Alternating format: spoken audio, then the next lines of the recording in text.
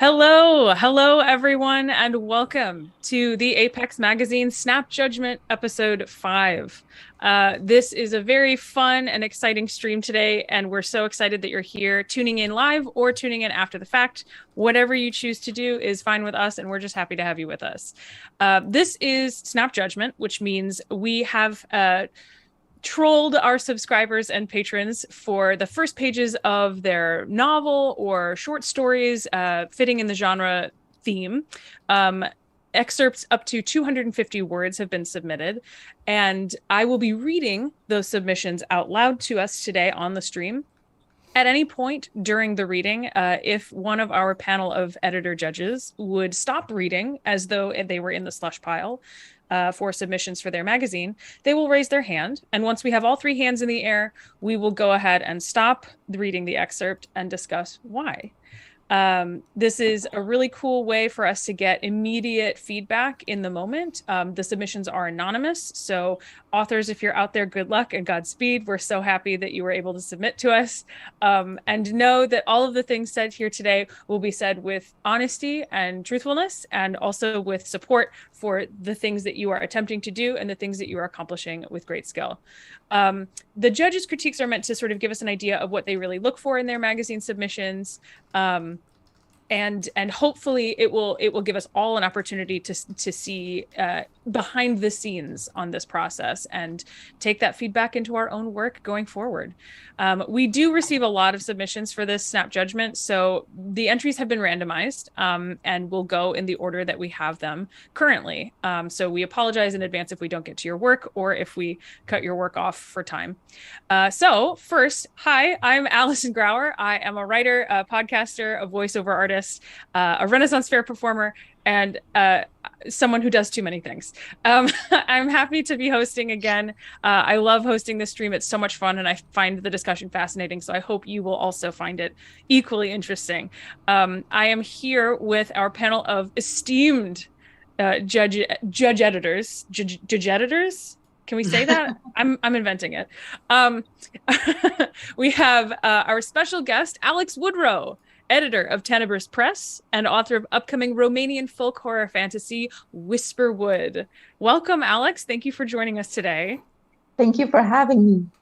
We're so excited. We also have Lesley Conner, Apex Magazine's co-editor-in-chief and the author of the alternate history extreme horror novel, The Weight of Chains. Welcome, Lesley. Hi. We have, last but certainly not least, the man with the titanium jaw, co-editor-in-chief of Apex Magazine, the man, the myth, the legend, and owner of Apex Publications, Jason Sizemore. Greetings. Huzzah. We have assembled here, not I was going to say not unlike the Avengers, but very much unlike the Avengers, we have assembled here today to bring you this Snap Judgment full of uncomfortable and eerie imagery, horror in different forms and subgenres. And I'm very excited to get into this because I personally don't engage with the horror genre too terribly much. So I am always interested to see how this works on this end of things. So I think if we're ready, are you guys ready? Should we get into it? Yep, let's go. Yeah, I'll Awesome. try to keep an eye on the hand raising situation. Sure. Yeah. So as we said before, I'll read the title, I'll read the genre and the length of the story, and then I'll start reading it as though I am the slush pile. And then if at any point you would stop reading as an editor, just raise your hand. I can see you out of the corner of my eye as well. So we'll take it from there. All right. Our first entry is called Blood, Magic, and Brimstone. It is a horror short story. It was only when Philippa hooked her savage little knife, more sickle than dagger, that one, under and behind the point of my floating rib, when her blade found the artery and ripped it open with a single hot gush, that I realized I might have deserved it. Few people murder without cause. Even fewer possessed of our talents do so. The 5 of them, Blanche, Daphne, Esme, Philippa, and Vanya, could have done whatever they wanted to me. Let Blanche's kiss kill all my hopes of love. Have Daph knot my tongue up at the root. Charge Esme with drawing the air from my body until my lungs began to shrivel. Instead, they chose Philippa, with her wicked steel, and Vanya with her blood. My blood. Do you know what it's like to see your face in its death throes reflected in your own blood, clung as it is to the wicked sickle that spills it? Do you know what it's like to watch through a haze of blood as your consciousness cleaves unto that last bit of hot life trapped on spirited steel? Of course you don't. No one does until it happens to them. And no one lives to tell that tale. No one but me. All right, so we have all three hands in the air. I saw Alex's hand go up first, and then Lesley, and then Jason right at the end there. So let's hear from Alex first, if you would like to go ahead and let us know what you think. I'm so sorry. Don't apologize. It's okay. Way to put me on the spotlight on my first time here. No, but I think maybe, I guess I read a lot of horror submissions specifically. So I think one of the things that happens a lot is you get many unknowns at the start of stories. And I've probably started to be a little bit sensitive to that. When there are too many things that are vague, the imagery is really beautiful, the voice is really there for me, but there was just too much that was going on at the same time, too many characters, too many questions. And I get to this one point of having so many questions that I need some answers in order to know why I'm moving forward. And I didn't quite get that at the start of this. It might not be fair to say that I would have stopped. I would have maybe started to jump ahead a little bit to see what else is going on. But yeah, it was a little bit too much going on without enough answers for me, I think. That makes sense. Lesley? I agree with that. My very first initial thought was like, wow, this first sentence is really long. Like, there is so much packed into that first sentence. I absolutely loved how it ended. The I might have deserved it really caught me. But that first sentence is just doing too much work. There's way too much in it. You need to break it up and give your reader a chance to kind of take a breath and kind of figure out where we are, because it was just throwing so much at us all at once. I agree with Alex. There were just so many unknowns right there in the beginning. And, we know that the narrator is being stabbed and they're having all these very complex thoughts. And in my head, I'm going, wouldn't they be thinking ow, I just fucking got stabbed? Not oh, I deserved it, and going through all of these characters. And it just felt like the thought process maybe doesn't meet up with the situation. If you're stabbed, you're going to be fighting. And whether you think you deserve it or not, you're going to be fighting to try and get out of that situation. It's a reflex to get away from pain. And I just don't know that you would be having all of these very complex thoughts and adding in all of these characters that we don't know anything about right there in that minute. That was my initial impression. So I think I was the last one to raise my hand shortly after Lesley. I almost raised it at the end of that first sentence. It was the writing is fine. It's just that first sentence says far too much. Dropping 5 names like that in the second paragraph, I would not recommend that at all. And also, I wanted to hear a little more, to get a little further into this excerpt, to see if I could find the spot where that's where you need to start the story from. But I never saw that. So that's telling me that this opening, while it is doing a lot of things right, probably needs to be reordered. You need to rethink where you're starting the story. And also, at this point, after 250 words, we have no kind of feelings toward the protagonist. We don't know who he, she, they, who they are. So I can tell that the author has some writing skills, but maybe is still figuring out a little bit how to approach this story.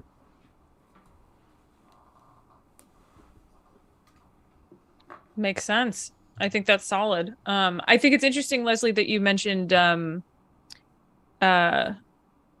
like wanting to get away from pain and not wanting to linger too long in these slow thoughts in a moment of like very, very specific action. And I think we've run into this before at the Snap Judgment, and I'm sure that you run into it in submissions that sometimes there's like this cinematic like pullback in the voice, and that it doesn't sometimes it works really nicely, and sometimes it just slows things down in a way that confuses the reader. So I find that it really slows things down when the story is being told from the perspective of the person who's in peril, right? Like when you're in peril and you're in that situation, your instinct is going to be to try to get out of that situation, not to go into long explanations of what the reader needs to know for the story. So maybe resolve your peril and then give us some of that world building and some of that backstory. Because like in that moment, that's not the time. That's the time to build anxiety and urgency in your story. Because, you know, your narrator, we're starting, and your narrator may die. They've just been stabbed. Like, make us feel anxious for them. But let that resolve before you start trying to get into too much world building and stuff. Like, obviously, you can put little bits of world building in as they're trying to get away from the peril, but just not these long, drawn out, very cohesive thoughts. Yeah, absolutely agreed. And this is something that I see in editing a lot too. I try to tell people that there's a good moment when you have to introduce this stuff, and there's a moment that's maybe not as appropriate. And those good moments are whenever your character has time to take a breath and think about something. And whenever this happens, like the start of the story, I try to picture it. What if this was real life? And, you know, you are actively getting stabbed, and then you're like, hold on, let me have a moment here to think about something. And it doesn't work at all. So as much as this is important information, and I love this information, I wouldn't just cut it or anything. I would just move it somewhere else where it's, you know, a better time for it. Yeah. Definitely. That makes sense. Should we move on to our next entry? Yeah. Awesome. We have another horror short story. This one is titled Red Thread Binding. Today, I will kill my demon. Every time she takes over, I feel more and more of me breaking apart, coming undone, never to go back together. If she doesn't die today, I will. The house is silent. I walk on bare feet across the bowed floorboards, hoping she doesn't hear. In my arms, I carry everything I need. Each item I've used before, but never all at once. There's a faint creak as I open the door to my special place, where I try to shut her out, and I freeze. No scraping, no chittering. My demon must still be asleep somewhere in the house. The quiet place is under the stairs on the 3rd floor of my old rented house. When the landlord walked me up the winding staircase, my entire body tingled. This will be where I make my last stand. In my last apartment, the tiny one where I wrote out the lockdown, just me and my demon, there was no place to hide. Everywhere was bright and angular and the perfect place for her to thrive. She sat on the couch with me every day, my fear and her strength growing in equal measure as we watched bodies being loaded into cold trailers, parks turned into field hospitals. Days fell off the calendar, then months. When I emerged into the broken world, my demon came with me. She strode by my side, and though people could not see her, I knew they sensed her presence. Okay, so we had Alex raise your hand, and Lesley and Jason did not raise their hand. Let's have Lesley first this time. I found this one incredibly effective. The very first sentence immediately grabbed me. I really like the variety of sentence lengths and sentence structures.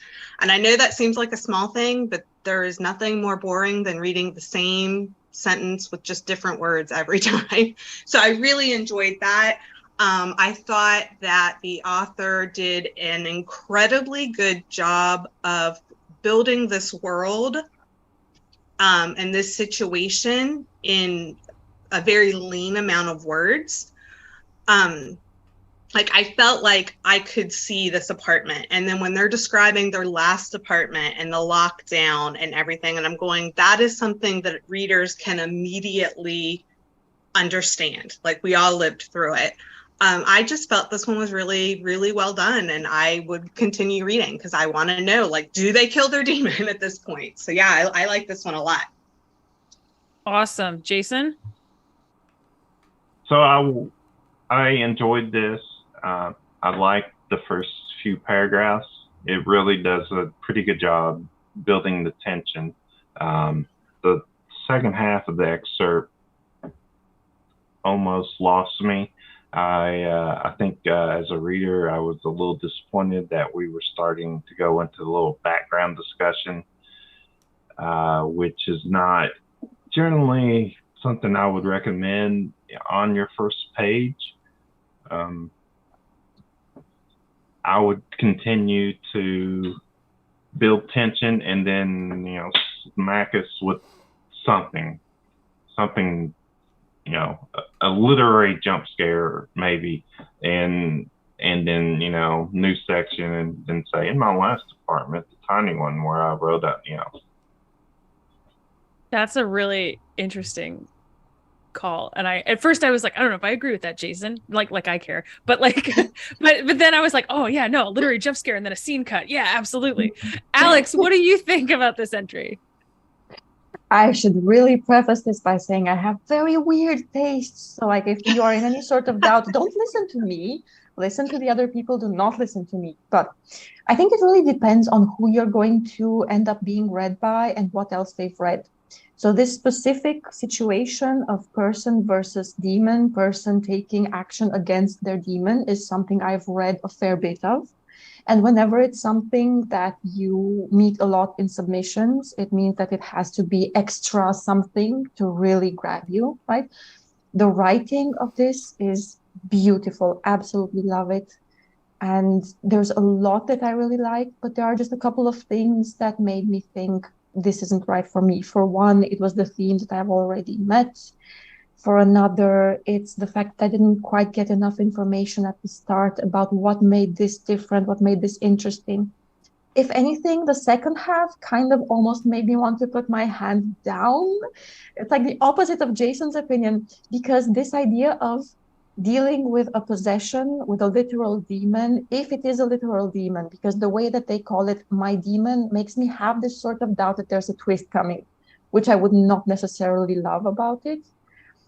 But if it is a literal demon, this idea of dealing with that during lockdown is fantastic. That made me go, hang on, I actually want to hear more about this. Tell me more about dealing with a literal demon and possession story in lockdown.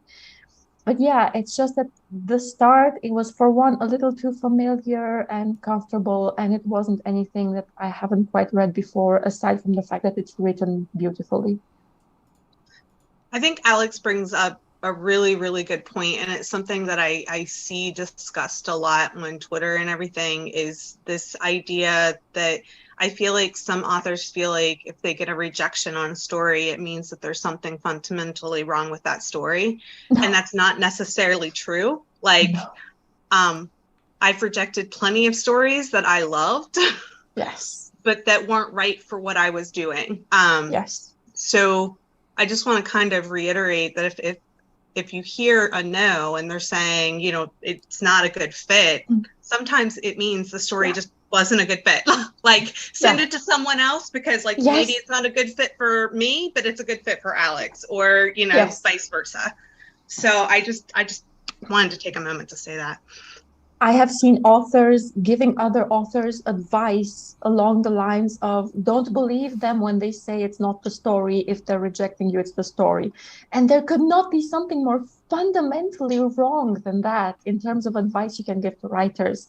Because every single thing that we read, that we have read in our childhood, that we read in slush piles now, everything influences our decisions. And we are just one human being with one, budget that we have to stick to, and well, we wish a we could budget publish and so only much so many more. slots. Like you know, like we publish 6 original short fiction pieces every 2 months, so that's like 3 acceptances a month, and Apex gets over 1,000 submissions every month. It's so little.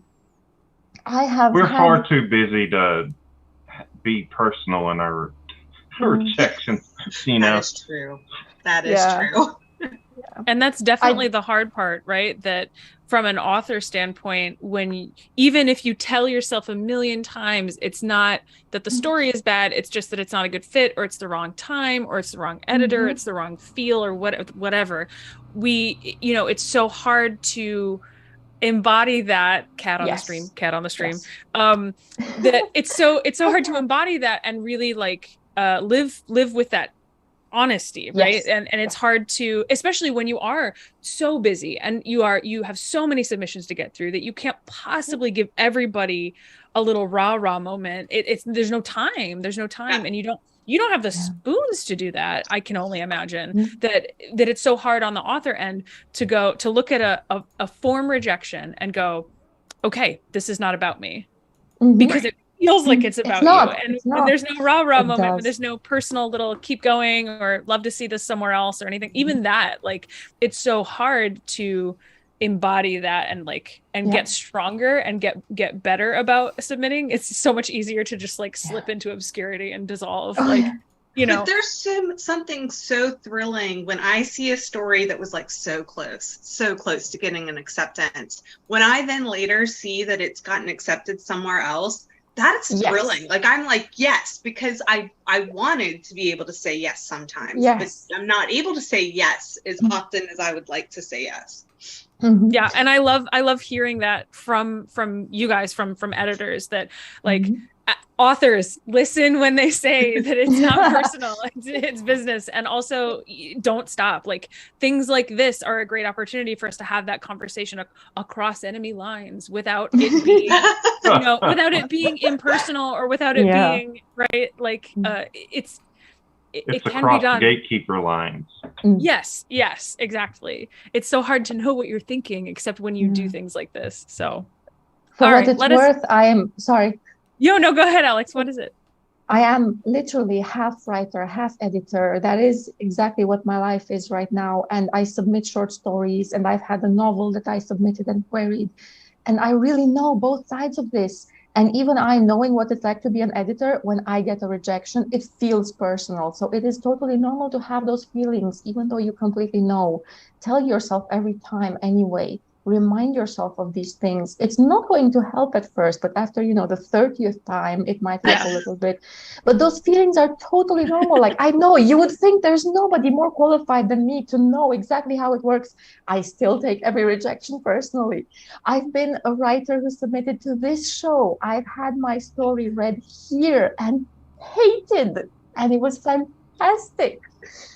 But I really know these feelings so intimately. And I know that we want to have personal rejections from everybody if possible. I did that my first time editing an anthology. I made a pledge to just give personal notes to everybody on it. Wow. And after 800 personal notes, I swore I would never do that again because half the people involved don't even actually want them. So like now I only give solicited feedback, I have learned. But the point is that even as an editor, you still feel like it's personal, and those feelings are normal and it's okay. And you just talk yourself through them and keep going. Some of my favorite people are the ones who will submit 15 times to something before ever getting the yes. And that is such a fantastic thing. And that's the kind of encouragement that writer Alex needs to see. And trust me, that's real. It exists and it's awesome. Editors love that. Oh, yeah, we definitely do. Absolutely. And this is one of those great opportunities to have that encouragement, like by proxy almost, that like by having this snap judgment, anyone who tunes in as a writer can get feedback for their own work without having to be in the front of the house here. Speaking of houses, our next entry is titled "The Face on the Side of My House." It is a horror short story. I'm sweeping up blue-green needles from the Scots pine trees when I spot the face on the side of my house. Weird shapes for damp. the size of my clenched fist, with hollow eyes and a crown of black hair. Eyebrows meet in an evil V above the shadow of a thin nose and toothless mouth. I post a photo online, and it gets hundreds of likes. A week later, and the face is bigger, all black against the burnt chestnut bricks, eyes a gloomy void. The mouth has become a grin. This photo doesn't get many likes. Someone comments, Photoshop. Another, Sam, you're just lonely in your big old house. Is this your imaginary friend? She was my friend, but since I moved to care for my parents, I don't miss people like her. I'm glad I have to walk a mile for mobile reception, though it is lonely sometimes. I'd welcome my parents back. After they insisted on relocating to a nursing home, I could have moved back to the city, but I'd have to sell the house. Inside, I press my palms against the walls, and there's no sign of damp. An expert could examine the face, but I'm going on holiday to escape the bitter Scottish winter for 2 weeks, and I don't have the money. Instead, I show the postwoman, who rarely visits. She curls her lip. It takes me long enough to walk up your lane, and I don't have to. She strides off. So we got one hand up from Lesley Conner. Alex and Jason, your hands remained down. Jason? I feel like I'm not being mean enough today.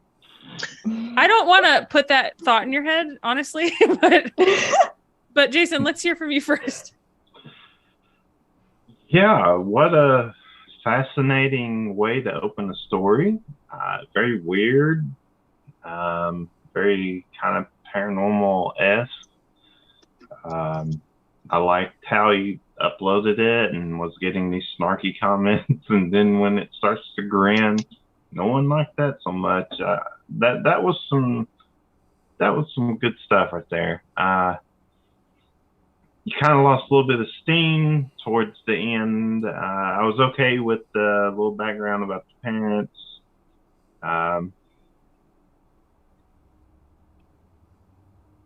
The postwoman, her comment was hilarious. Yes. I'm going to use that sometime. If someone wants me to do something, it's like I don't have to, so I'm not doing it. I enjoyed this, so Yeah. I'd keep reading. Yeah, I think there's something really interesting about the sort of like almost laid back perplexedness that the narrator has. Like, the face on my house. And then like the slow build of us as readers going, okay, what kind of face is it and why and all of that. The build is kind of nice. Alex, what did you think? I'm biased, which is redundant to say because we're all biased, right? But I'm biased because I love eco horror. This is so much my thing. I really love the dry humor.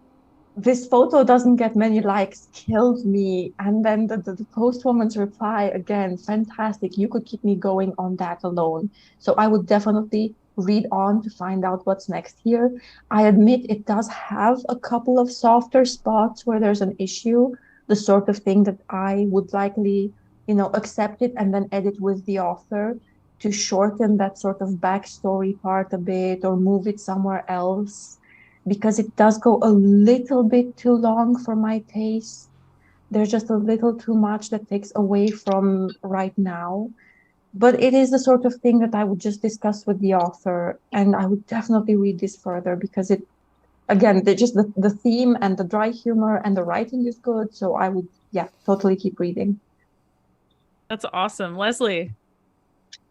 So, for me, I'm not sure I enjoyed the buildup. Like you guys are talking about, like you like the buildup, and it's kind of like I felt like I needed more tension building in there. I loved the way that they discover this space. I loved the way that you brought in social media, because I am like all about horror stories that can like integrate current technology and still, because like there's that whole thing like, oh well, everyone has cell phones, so it's like you can always just call for help. So but I love when you can like flip that and integrate that into a horror story and make it work. I really fantastic title. That title immediately grabbed me and made me want to read. But to me, it just kind of felt meandering, and I'm going, if I saw a face, like, and it, the first time you might be like, I've never noticed that before. But the fact that it changes, like that's where I feel like rather than posting it again on social media,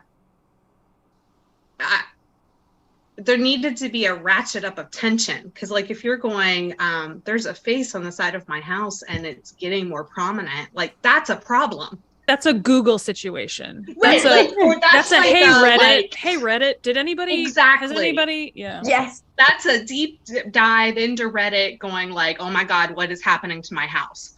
Yes. And so for me, that the meandering, witty tone just felt off. Like I wanted you to start someplace weird and just spiral into more weirdness. And I just felt like it kind of veered off of that. And it just didn't go where I wanted it to, but that's a personal thing. Don't you feel like the snarky, laid back tone kind of gives the story a little leeway in how the protagonist reacts to this?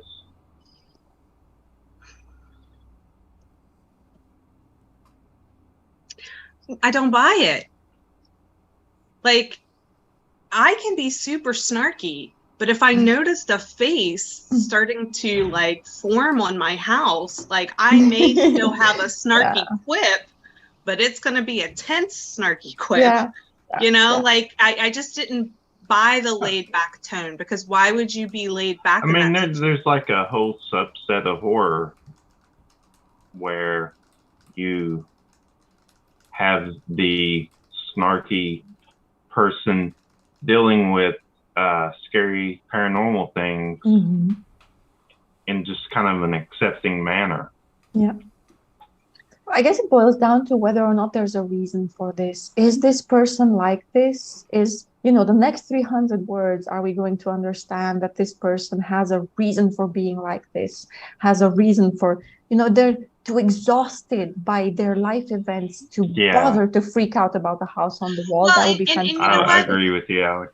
Maybe if I had gotten a taste of that, I would have been like, okay, well, I'll go along this meandering, witty ride. But for me, it didn't hit right. And I'm like, I wanted that tension. And it was lacking for me. I really see your point, because there is no taste of that currently in this bit. And there's almost a place for it in somewhere in that area. We've moved to care for my parents. Like I can sort of guess why this person might be so exhausted and so jaded, and I can sort of get it. That would be the place for it. But yeah, it's not there currently. And when you said that thing about scaling up to posting on Reddit, I immediately went, yes, that will make it even better than it currently is. So, I would have liked to see this lean into that. And because let's face it, there's some weird places on Reddit. So so lean into it. Like if you're gonna go that route, really go that route. I love Reddit so much. It's fantastic. It's terrible. I was gonna say, and what else could make this scarier except accepting advice from anonymous strangers? Like right? Like exactly. Let's go. Yeah. Let's go. If this story like devolved into this person trying all of these like random people on the internet's like suggestions, and then it just keep ramping up from there, like that would have been hilarious and great. But I just didn't see it going there. That's awesome. I do think that this has a lot of interesting, I mean, clearly the discussion flourished here. So I think that there's a lot of interesting things happening, and I would read it. I would read it to see what happens. Yeah. Just to know. This has a lot of potential. Yeah. Yeah. This story is doing things. It's going places. That's awesome. Let's get into the next one. We have a folk horror short story. Alex looks excited. So this is titled Revantulet. Glowing like foxfire, Demery hides behind an oak, his back taut against the trunk, his breath coming in fast, short bull snorts. Luminous, unearthly blues and greens ripple across his skin. Revantulet, his grandmother called lights like these when they splashed across the night sky. Aurora. Demery doesn't know what to call them when they're radiating from his own body. He listens, straining with every muscle, hoping the witch's children have moved on, hoping they failed to spot him. He wants no part of their journey. Demery sinks to a crouch, feeling for his axe. Instead, he comes up with a handful of bluebells and clutches them to his chest like a ward of protection. Finally, cautiously, he risks a glance around the tree. The clearing is as he left it, firewood scattered in his panic. A pale-eyed girl and boy stand in the driftway, patient. Of course they spotted him. In the forest's deep dusk, he's lit up like a bonfire. Resentment spiderwebs through his dread and sours his stomach. Pathlighter, calls the witch's daughter in the lilt of the southern folk. You're bleeding. Demery's blood shimmers, luminous as a beetle's wing, but only until it leaves his body.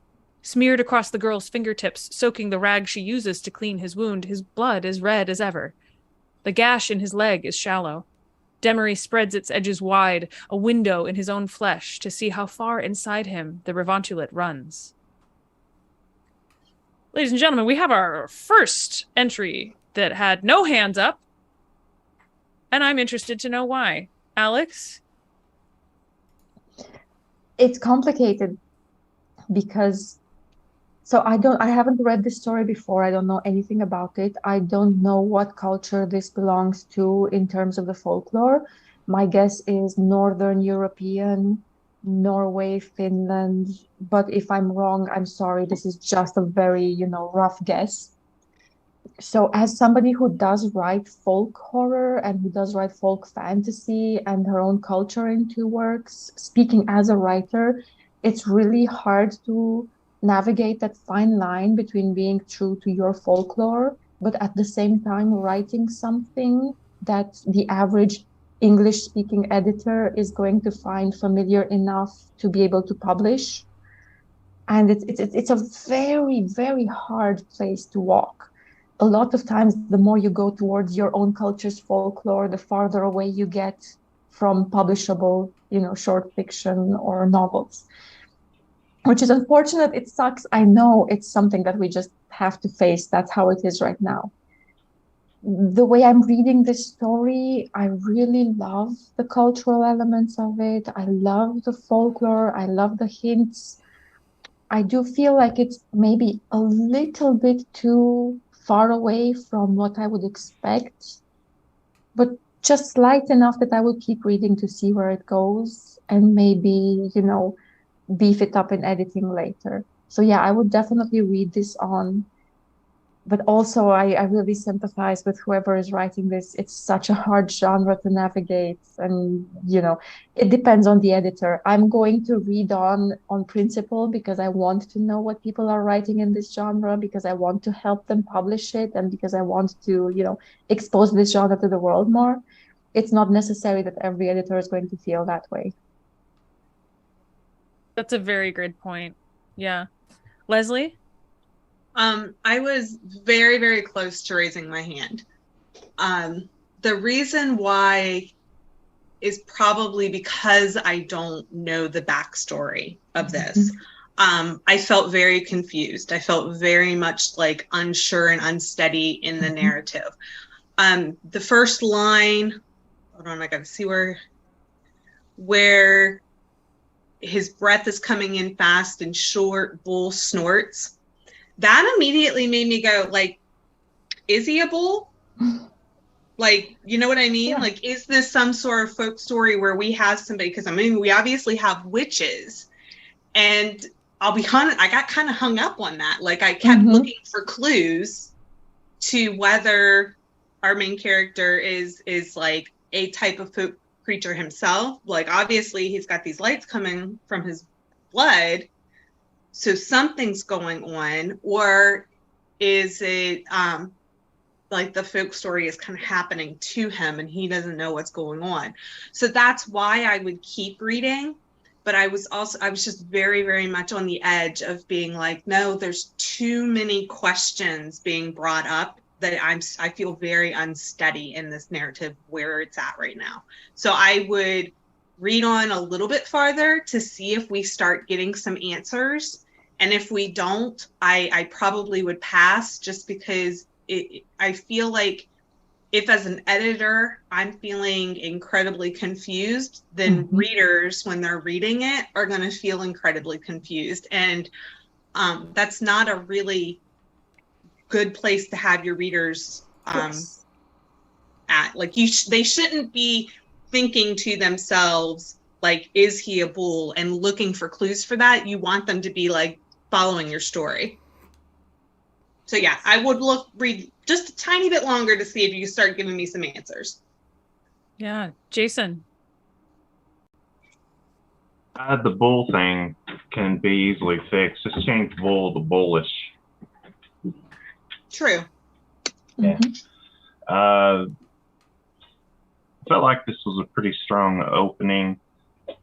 Not perfect, but there's a lot of really unique questions raised, and for Lesley, the questions seem to work against the author. For me, I kind of liked how you're just thrown into this, because you're going to be dealing with something very weird, I'm sure, on later down. And, the writer needs the reader to be a little bit disoriented. And I'm willing to let that play out a little bit, especially since they accomplish all the other things that you need to accomplish in your opening, your setting, your point of conflict, your characters, genre markers, all that stuff. So reading this, I feel like, okay, this writer kind of knows what they're doing. I'll give them their page or two. Yeah, I think the imagery here is so interesting and so beautiful. I, as someone who admittedly doesn't engage with horror genre or subgenres very much, what, if anything, here tells us that it's folk horror versus like dark fantasy or like fantasy horror? And is there really a difference, and how would we know? And that's actually a really good point, because there's nothing in what we have that actually says that this is horror rather than fantasy. So that's a good point. It does say folk very loudly, which is probably a fault of, my own environment, because I write in that sort of area too. And so I recognize other people who write in that area, but it does say folk very loudly, not necessarily horror. I really love what Lesley said. This whole experience is making me want to like co-edit something with Lesley, because we are always on different paragraphs of the same page. But absolutely, I totally understand that, and I want other ESL writers to see that. Again, I'm making an assumption that this is an ESL writer. I might be wrong, but if I am, it still applies to the other, writers who are writing in English as a second language. That whenever we introduce a lot of our material into writing, an editor who says it's confusing, it's not because they're mean, it's because they are thinking about their readers and about how much the readers are going to want to keep going if they're not familiar with the subject, and how much the readers are going to want to, be interested in this. So expressions like bull snorts, I love them. They're fantastic, because I kind of know where this comes from. Like in Romanian, if you want to say, one of the most Romanian expressions there is that he disappeared like a donkey in the fog. Or like, you're looking at this problem like a cow into a calendar. We have these expressions, and you translate them into English in your writing automatically, because that's the way you think. And I encourage writers to explore those. But in the first few paragraphs of anything, be very deliberate, because editors are not going to know whether you're talking literally or not. They're not going to know whether this is literally somebody who is a minotaur or some sort of bull creature or not. So if you want to explore them in a metaphorical sense, do so later in the story, once the editor has been grounded and knows what they're looking for and looking at, and not, immediately at the front. But yeah, that's a really good observation about the readers, especially because they are going to be unsettled, and we do think about them a lot when we are editing. Yeah, definitely. That's awesome. I think this also would be something that I would keep reading because the imagery is so strong. Just to see where it goes. Absolutely. All right, our next entry is a short story in the gothic horror subcategory. So we're taking a hard left turn at Albuquerque here, into gothic horror. And the title of this entry is The Birth. The fever turned his wife, a sunset behind clouds, behind a storm. It curdled her blood. It mingled with the stale air, burned with the warmth of high summer. She keened for him, for any comfort he could give. It will be done soon, Christopher promised. He did not look towards the large twisting of her stomach or what lay beyond. Once, when Christopher had been very small and still mourning his father's death with the confusion of one who still didn't grasp he hadn't just gone to market, he'd been woken in the middle of the night by his mother's urging. Your hands are small, she'd whispered, so as not to wake his little sister. Okay, we have all three hands in the air. And I think I know why. But I would love to hear from Lesley.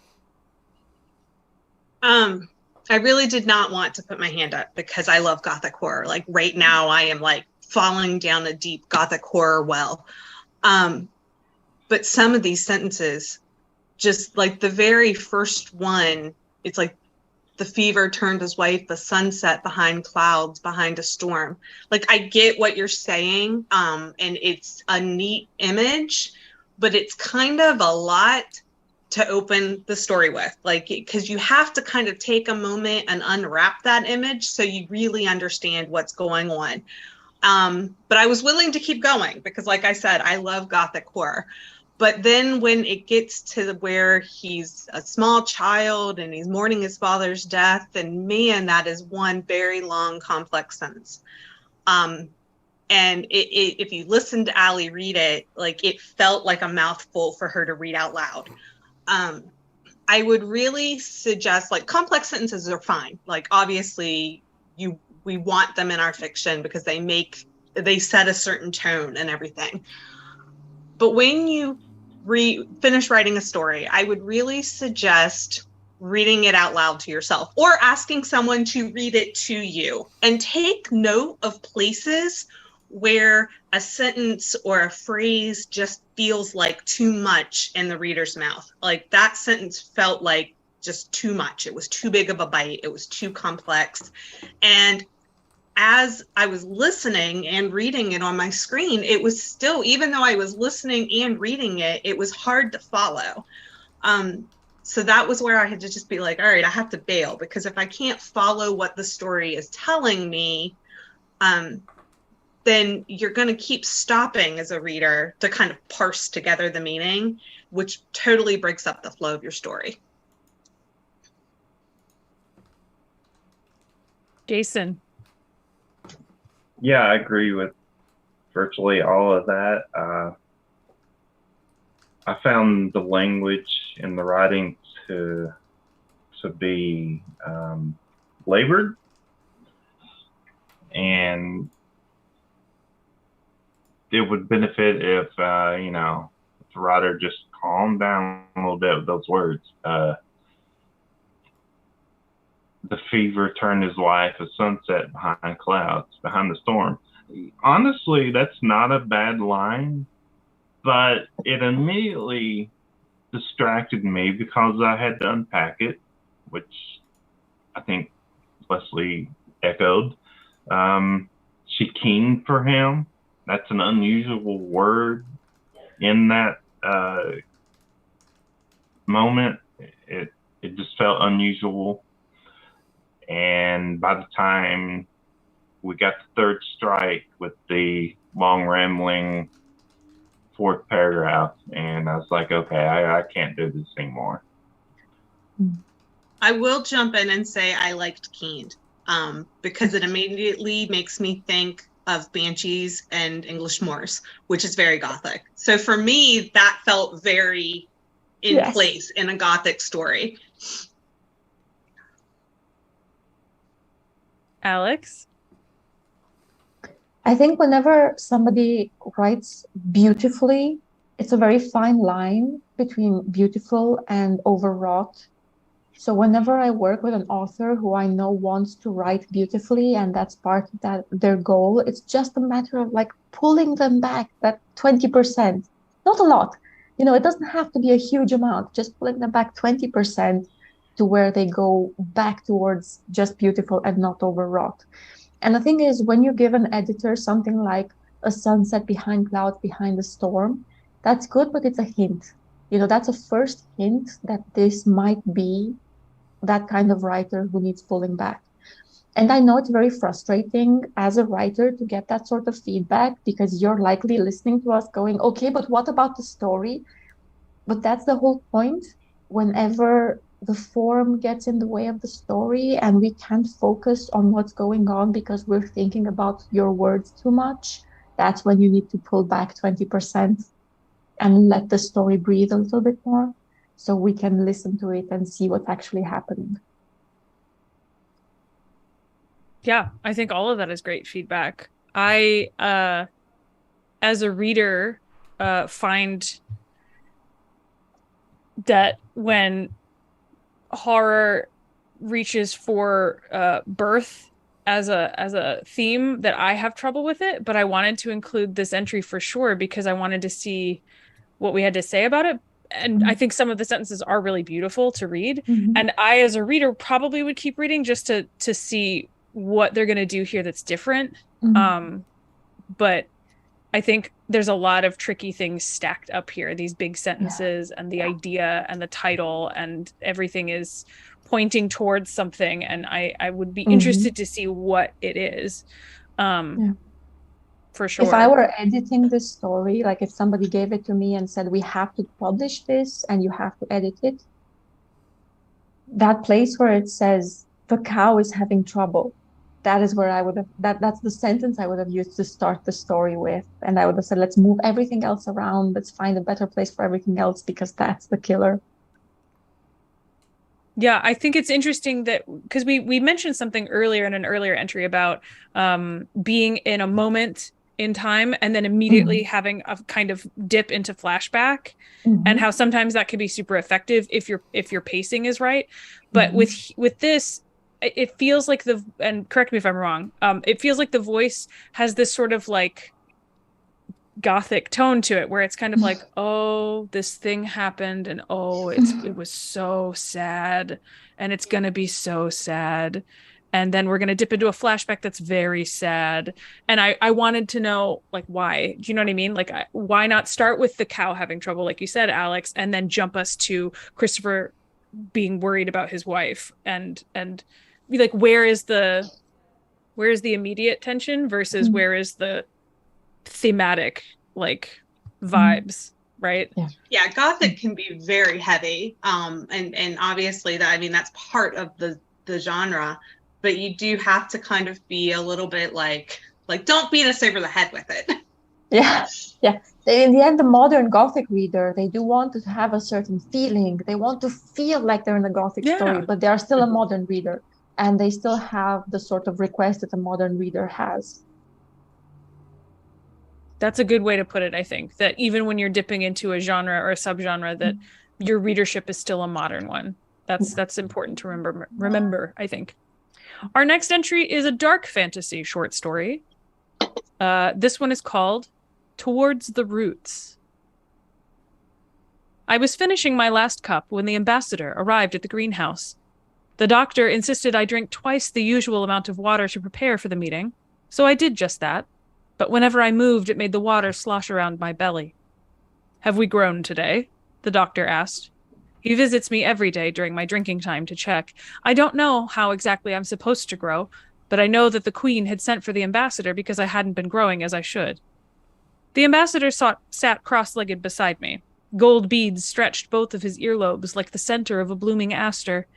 He had drawings on his sunned skin, geometric patterns vining down from his face to his arms. I raised my own arms for display, hoping he would notice my patterns too. See, the doctor said. He is an enigma, well-watered and shaded, but no development. Patience. As long as he is happy, he will flourish, the ambassador said. His voice was soft as moss. Has he begun sound making? He mimics the carrion, the doctor offered. Do they usually do that? Naturally. I adjusted my throat to demonstrate. I had been practicing, and the ambassador would appreciate. But does that exhibit a sign of development? Yes, of course. The doctor hardly looked convinced, but he had to excuse himself in order to attend to the Queen. All right, we have another entry with no hands in the air. No hands in the air, ladies and gentlemen. And friends. Jason, what do we think about Towards the Roots? I really liked the dialogue. It felt very natural to the ear. The whole water sloshing around the belly made me wonder, just my immediate thought was, is this person engorging themselves with water? Why are they doing so? And there was just like lots of nice little questions raised throughout, and some very nice descriptions of some unusual characters. Stretched both of his earlobes like the center of a blooming aster. That's a nice little description. I would certainly love to read more of this one. Lesley? There's a lot of questions raised in the beginning of this, because it definitely seems like, and I may be totally off, but I feel like we're going this weird route towards some sort of plant person, because they're in the greenhouse and they're having to be watered, but they're physically having to drink the water, and they're in the shade, and they obviously can independently move their arms because they talk about moving their arms. But I'm not getting this, like, at this point, yes, I can see the ambassador and I can almost envision the doctor, but I'm not getting a picture of our narrator yet, which could be completely purposeful. But I'm beginning to be like, do they not have a humanoid body? Because especially that line, I adjusted my throat, really like leapt out at me, because I was like, adjusted, like maybe cleared, but when I hear adjusted, I'm thinking like, which was just one of those things like, okay, wait, they have arms, but is it arms like I think of arms?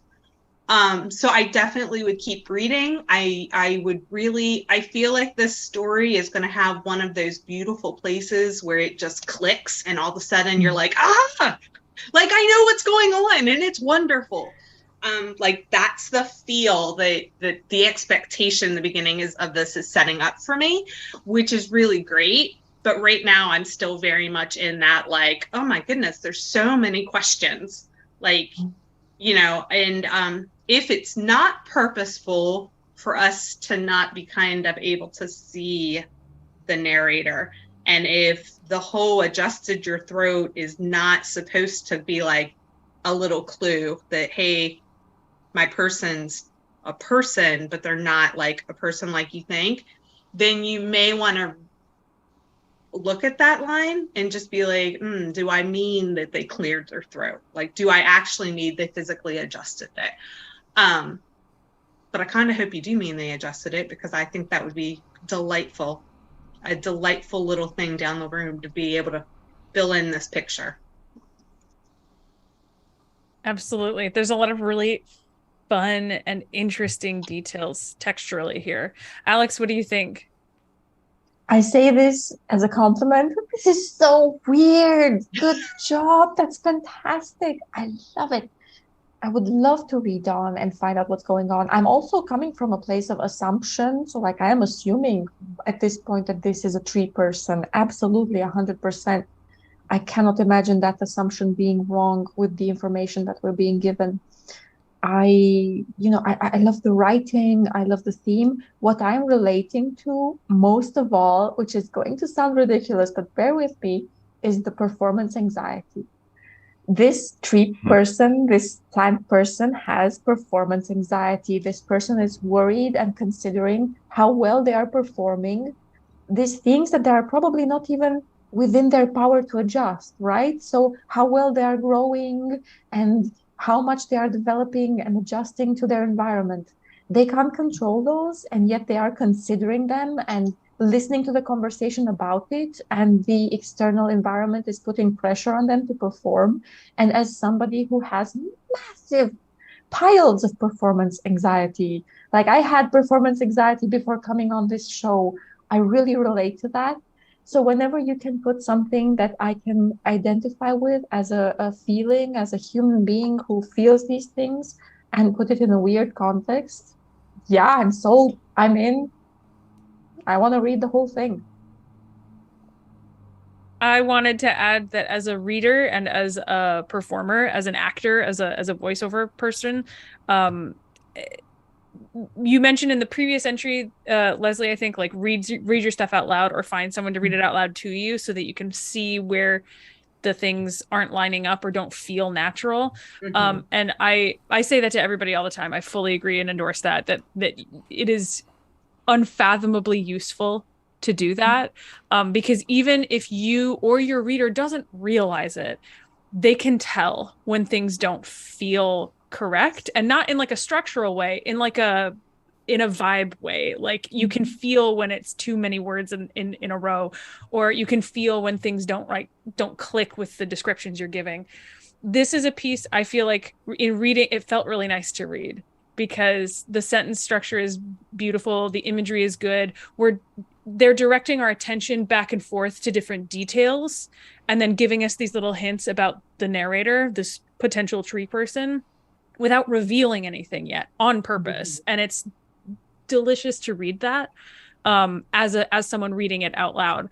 And I think too that like this is a good example of when you do have a really weird setup, that by having a narrator with a very distinct voice, and like I like Alex said, this person, this character has performance anxiety. This character clearly is in like maybe they're not actually a child, but in a childlike state compared to the people around them that are referred to with their titles with a capital letter at the beginning.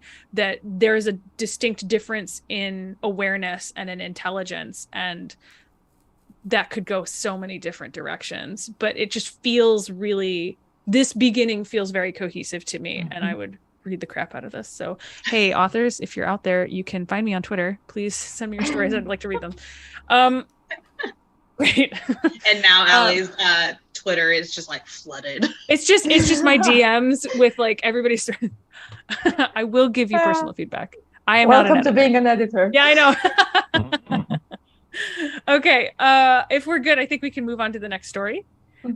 Beautiful. This is a horror short story named Splinters. The sharp coldness of ice, a freezing wire pulled tight, cutting my heart in two. I feel it. A warning. My good hand stops, palm flat, ready to rap on the door, shriveled leaves whipped about by the storm brushing my torn skin. This place, a dwelling caught in the maze of the woods, a thick canopy above making day and night indistinguishable, is dead.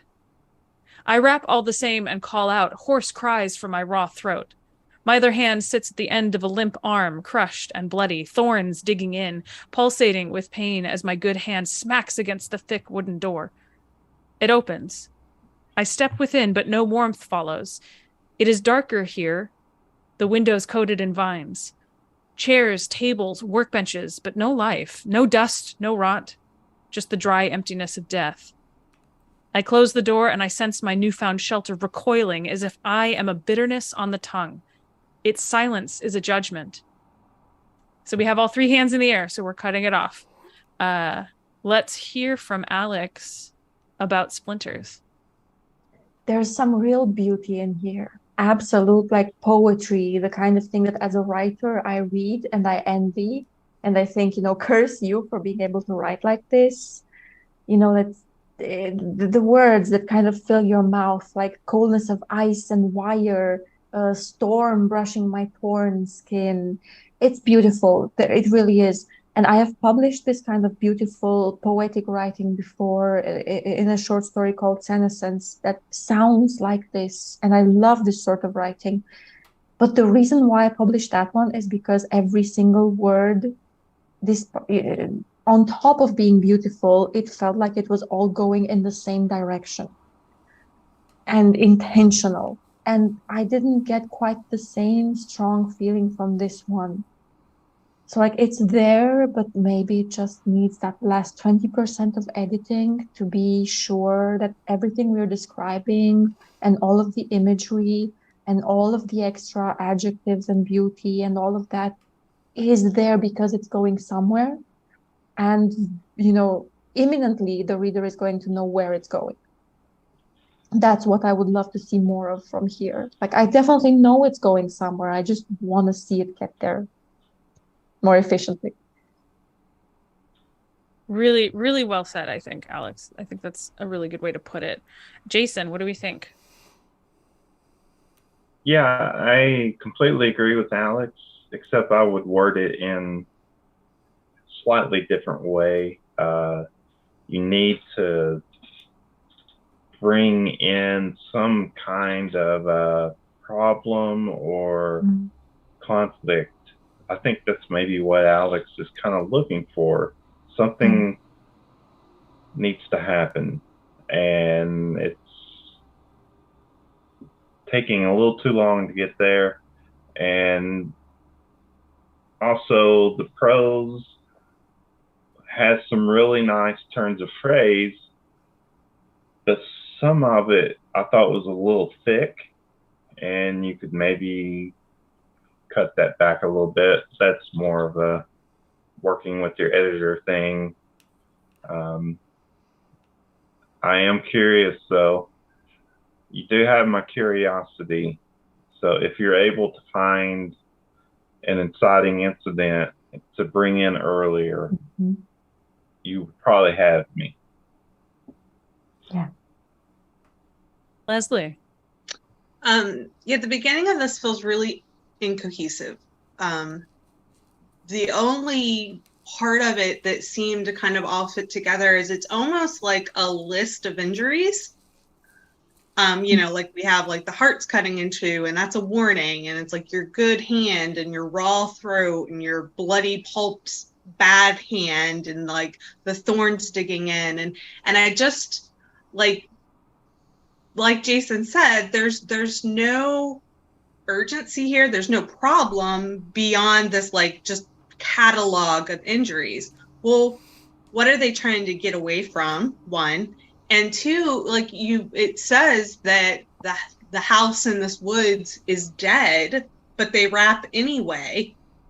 Well, why? Why are they, if they don't believe that anyone's there, why are they rapping and expecting? Like if they're trying to get away from something and they found like an abandoned house, just go in. Like I don't understand why they're knocking, why they're taking the time to knock when you have all of these injuries and you need to get out of the elements. So yeah, it just felt really incohesive to me, and it felt like I was reading just like a list of injuries and without an explanation of like how they got the injuries. We know that there's a warning, but a warning of what? Impending death? Or is somebody chasing them? Like, what is the problem they're trying to overcome beyond just, man, I'm really injured? So that would be my suggestion is give us the problem and kind of let us see what they're trying to get away from. Like, why are they going into this dead house if they know there's nobody in there? Because like where we stopped, where they walked in and it's darker inside, it feels like maybe it's worse to go in the house than to stay outside. So give us a reason why they would do it anyways. So what Lesley is not telling you is that she actually enjoys reading lists of like gory injuries, just not in this way. It's just not in this point. Like if you want to like give it to me to read beside my bed at night before I go to sleep, set the tone for my dreams. I think one thing that I really hear from authors a lot, like, or a reply that I get in editing all the time is don't worry, I explain all of that later. And the reply is almost always, you should not be doing that later. You should be doing that now. Because if Right. you are absolutely confident, like you're 100% sure the reader will get later, then okay, I will trust you and we will have all of this and we will publish it as is. But if you're not 100% sure that the reader will get to later, then there are ways to make them get to later and to be able to use all those beautiful things that you want to use and to have a space to do that and still be sure you keep them. So that's all it is in the end. If you're thinking, oh, but I explained that later, that's not the editor's fault for not reading onward. That's the story that needs to make sure everybody who reads it wants to read onward.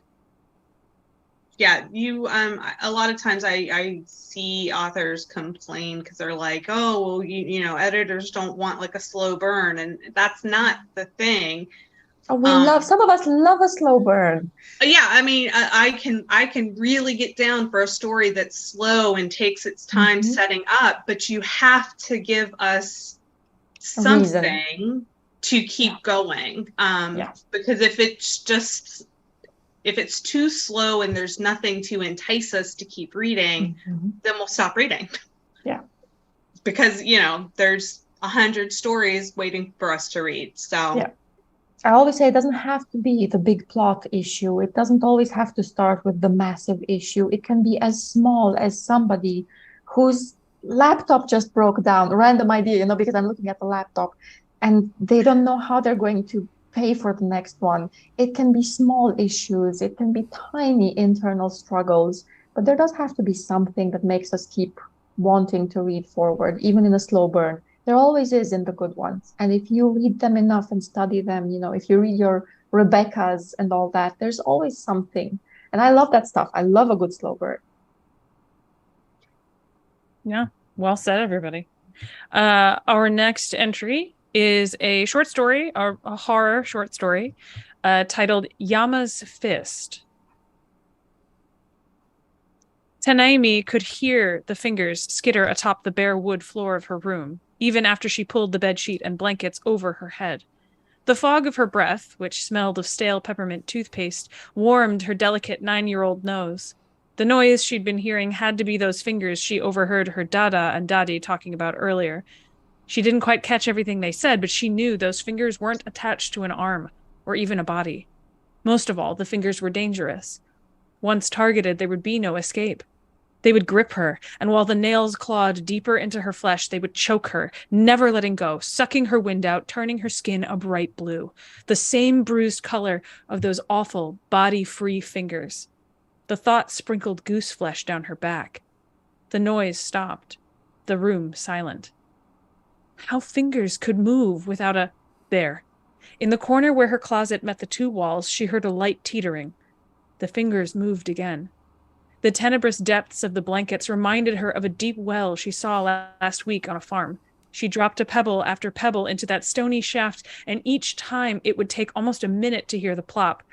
And even as she leaned down closer, while grabbing another rock, Tanaimi adjusted her position at the well's edge, and her arm slipped, dangling it into the darkness below. So we have 2 hands up. Alex and Jason raised their hands. Lesley did not. Lesley?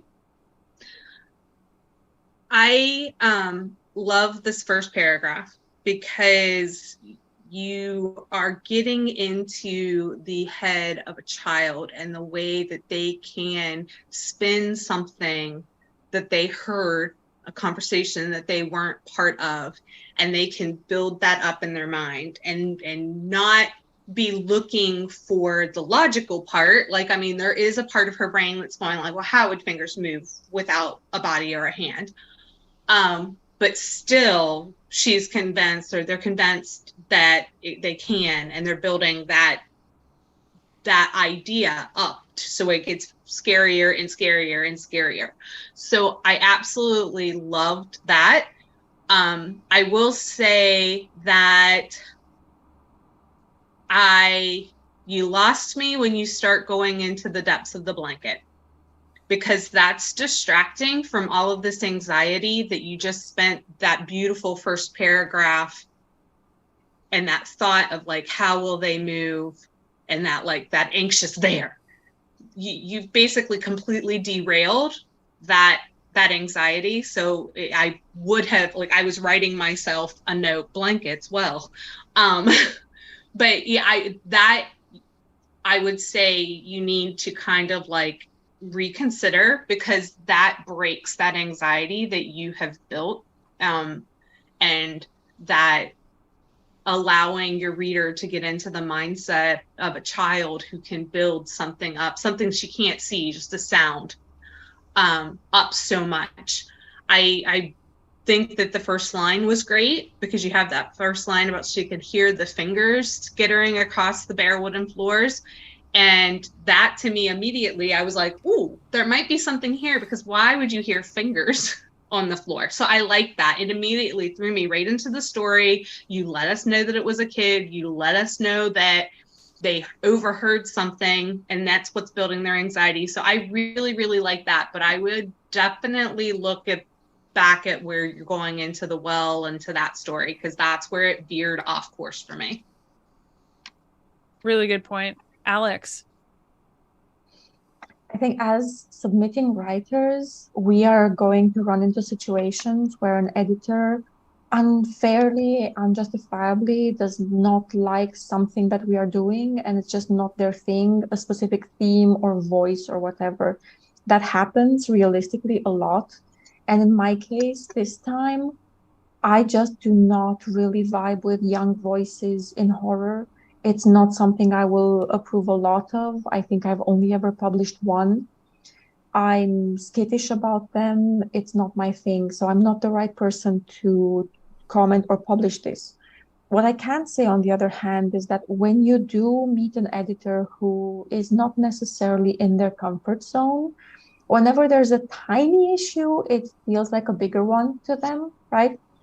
So, for example, in this situation, I'm already skittish because it's a young voice and it's not something I'm super comfortable publishing. So when I get to the part where we go into, a lot of backstory or explanation, at that point I say, yeah, fair enough. It's a combination of not being right for me as an editor, and also it having a couple of issues that I'm not sure how I would handle, so I would have to let it go. And it's just something that I think writers need to know about more. Sometimes an editor is going to pass for reasons that have nothing to do with you and are completely unfair. In a sort of objective sense of fairness, they are unfair. It's not fair to you that I can't really read young voices, but it is just the way it is. That's a really good point.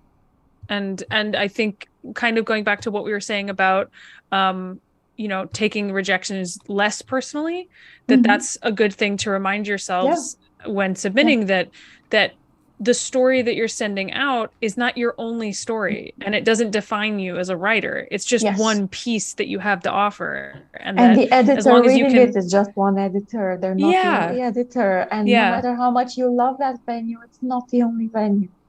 Definitely. Jason, what do we think? So what Alex, what she's saying, completely agree with, and it gives a good argument that if you have the time to get to know your market, or try to read something the editor has published, it could help save you some time as you wait for that rejection, because you missed that Alex isn't much into child in peril stories. Apex Magazine has published quite a lot of child in peril stories. I think partially because Lesley has a mother's fear going on, and it kind of appeals to her. But we're also very attentive to the voice and the actions that occur in these kinds of stories. If something happens to the kid, there better be a damn good reason in the plot, because otherwise that is a quick rejection. Because there are a lot of people who understandably get triggered if they know there's a child in peril. So we're very aware of that. But if the story has something to say and something good to say, important to say, and it's kind of the crux of it is something happens to the child or a kid, then we'll put that into consideration. Okay, having said that, I raised my hand on this because I just feel like, one, the voice was working for me. Supposedly narrated by a 9-year-old, just did not feel like a 9-year-old narrating it. Yes. Secondly, I was feeling no fear at all. There was no danger. I would imagine if the kid thought that there was actual fingers skittering around, that kid would be terrified. I didn't feel that sense at all in the story. And then, we get to the last paragraph, and Tenebris was the final straw for me. I was like, okay, no 9-year-old is going to know Tenebris. Yes. And, so. Absolutely agreed. Oh my God, have I been mispronouncing that word? No. How is that word pronounced? I'm from Kentucky. So however I pronounce you're right, I it, forgot. It's probably wrong. If it's any comfort, I call it Tenebris Press. But Okay. Whenever somebody on like a podcast or something asks me, oh, how do you pronounce your press? I always give a different answer because I find that hilarious for some reason. So like Tenebris is totally on the table. Tenebris, whatever you like, it's fine. I think we just became best friends. Yeah. Have fun with it. The world is chaos. The universe is going to, have a heat death soon. It's fine. I really, really vibe with what Jason is saying too about the voice. I think that's part of the reason why I struggle with young voices, because there's this fine line between you want to sound like the character is narrating the story if you're doing it in this, close sort of POV, but also you don't want to sound like an annoying child to the reader. And this one sort of goes a little too far into sounding like a horror author writing from a child's perspective. So you have the big words, you have warmed her delicate 9-year-old nose. The 9-year-old isn't going to think of her nose as a delicate 9-year-old nose, right? That's not going to be part of her thought process at all. So it's very hard. I respect the authors who are aiming for this because it's a really tough one. It's very hard to write from the perspective of a child. I wouldn't be able to do it. You have full applause from me just for trying to do that. Awesome. Yeah, I think there's some challenging things here already, but that's not to say that it couldn't be done, or couldn't be edited. I have been informed that we are coming up to the end of our time here today, but I really, really need us to do this last entry, for reasons. This is a weird horror short story. And the title is Puddle of Camaraderie Despair. When I came to, I was a collapsed pile of half-liquefied bones in the middle of 148th Street. Literally. No shit. Just lying there like an egg frying in a bored kid's driveway. Could you help me out here? I called to passersby. But it was the city, and people barely batted an eye, even if you were a semi-formed skeleton in the middle of Hamilton Heights. Couldn't remember much. A train screeching, a woman's tear-stained face, and a shock like lightning, electrifying every bit of me. And now I was here, my senses somehow intact enough to see the bones that made up my body, but unable to move. Lucky me. It stank like day-old trash and urine, gasoline and grease, fried dough and sweet nuts, and all the things you definitely don't want to be smelling for hours. Damned assholes. Not a single person stopped a second to check me out. Figures. Probably thought I was a publicity stunt or a busted up animatronic. It took almost 15 minutes before somebody paused. Pause would be generous. The woman, maybe in her 20s, earbuds glowing, barely glanced at me as she waited at the corner for traffic to slow. "Help me out here?" I asked again. But the woman's face was marble, detachment like a brick wall in her eyes. Whatever I was, she had no time for it. "Come on." "Blow me," she said out of the side of her mouth.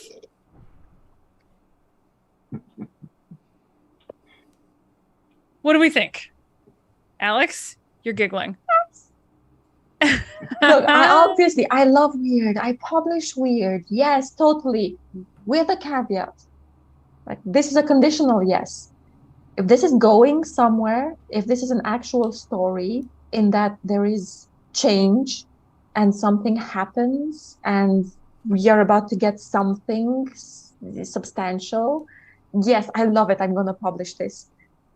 If this turns out to be a long thought process of the experience of being a puddle in the middle of the road, then I would say great concept, but it still needs to, work on the actual plot of it. So it's a very enthusiastic yes on this introduction. I'm fascinated to find out more. I desperately want it to be going somewhere because I believe it can. Lesley?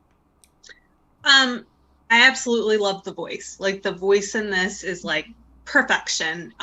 Wonderful. But I hear what Alex is saying. Like, this could be going somewhere absolutely amazing where you have this weird story with somebody who literally comes back as a skeleton, or it could be going nowhere. It could just be a really great voice, which makes me a little hesitant. The place where I feel like we need some sort of indication that this has a plot, that this is a story, it isn't just voice and character, is that place where it says "damned assholes." Like, at that point, I was kind of like, all right, so now we're just going to stay with this voice and they're just going to describe what's going on around them.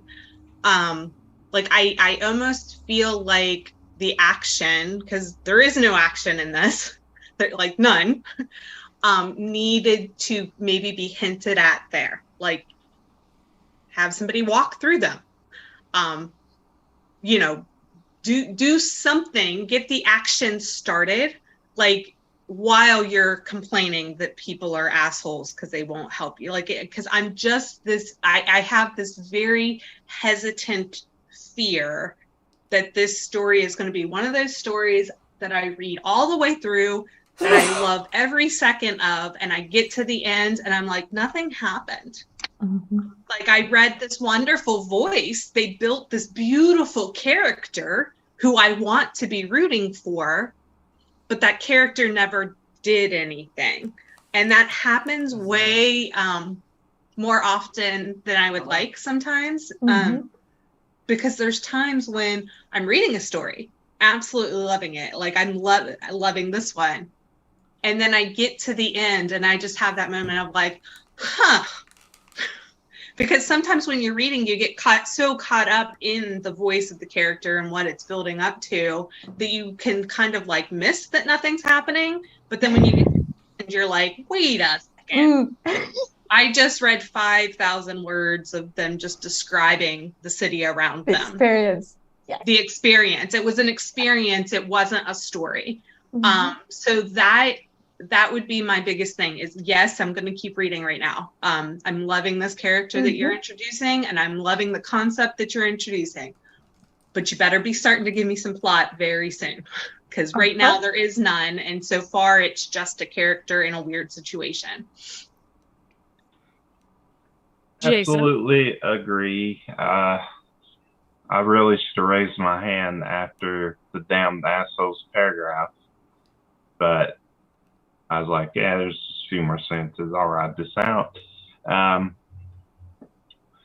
So what needs to happen here, in my opinion, is, like Lesley said, in some kind of inciting incident. Maybe a dog walks up and pisses on him, And then someone comes up, it's like, grabs their dogs, looks down at the guy and then says, sorry, and offers to scoop them up. Something needs to happen, right? To get some movement going in the story. The tone, hilarious. Even the stuff at the very end, the blow me, crack me up. I mean, yeah, we can all see that happening. The descriptions early on, like an egg frying in a bored kid's driveway, that's pretty nice writing there. This is a really fun piece that I honestly hope the writer is able to get it into shape, and I would love to see this in a journal or a zine. Heck, even Apex, maybe, if it was polished, just because of the voice and just kind of the uniqueness of the setup. Definitely. I think there's some super interesting texture stuff here, and I really want to know what this is about. Like, I really want to know if this is about trying to unbecome a puddle, if this is about something else. Like, why is this person's story? Why is this the story of the person who has become a puddle of bones? Well, and here's what a question that popped into my head as we were reading it. Why is no one surprised that he's a puddle of bones? That there's a speaking puddle of bones? Like, I get the feeling that this is something that maybe has happened before to this character, not necessarily being a puddle of bones, but ending up in a weird situation where they don't know how they got there. But is this like commonplace that you see bones? And why, if it is, like, are people ignoring them because they know it's a hopeless situation? Like, I kind of want to find out more about this world that we're in. So I really hope that this story kind of explores more than just this character and this wonderful voice, because that's wonderful, but you got to put those other pieces around it to make it a cohesive story. Definitely. Yeah. Definitely. All right. I have been informed that this is our final entry, and that we are to wrap things up from here. I know. Every time another 5 hours of this at least. I know. Oh, this is so much fun.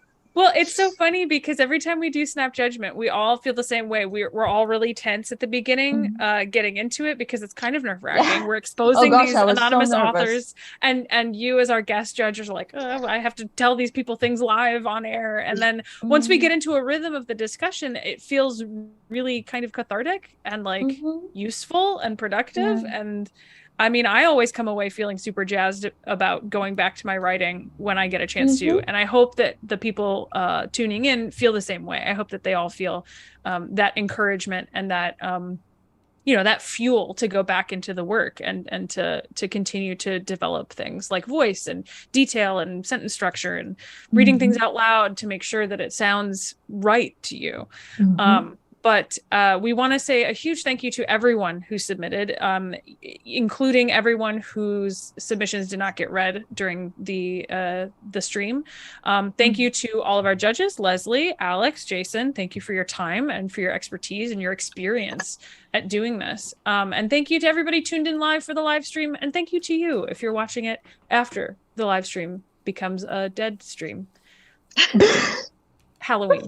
We hope that we hope that the comments today were insightful and helpful, and we hope that you will check us out again as we will plan ahead to the next Snap Judgment in the future. If you liked what you saw and heard here today, you can visit Apex Magazine at apex-magazine.com and follow on Twitter at ApexMag. You can support Apex Magazine by becoming a backer on Patreon or subscribing via the website or waitlist books. I also wanted to say if Alex, as our guest judge, where can people find you online, if you would allow them to find you online? And any plugs that you would like to throw out to us? Yeah, I am highly findable online. I have, 90% of my career is happening online. So I'm at Alex Woodroe with an E at the end, Woodrow, on Twitter. And, my email, if anybody has things they want me to look at or, work with me on anything, it's alexwoodrow@gmail.com. And of course, I work with Tenebrous Press, no matter how you pronounce it. And you can find us at Tenebrous Press on Twitter. So yeah, we What's love your people to pop latest in. project with Tenebrous? Oh wow, what I'm reading for right now is I'm reading submissions for Brave New Weird.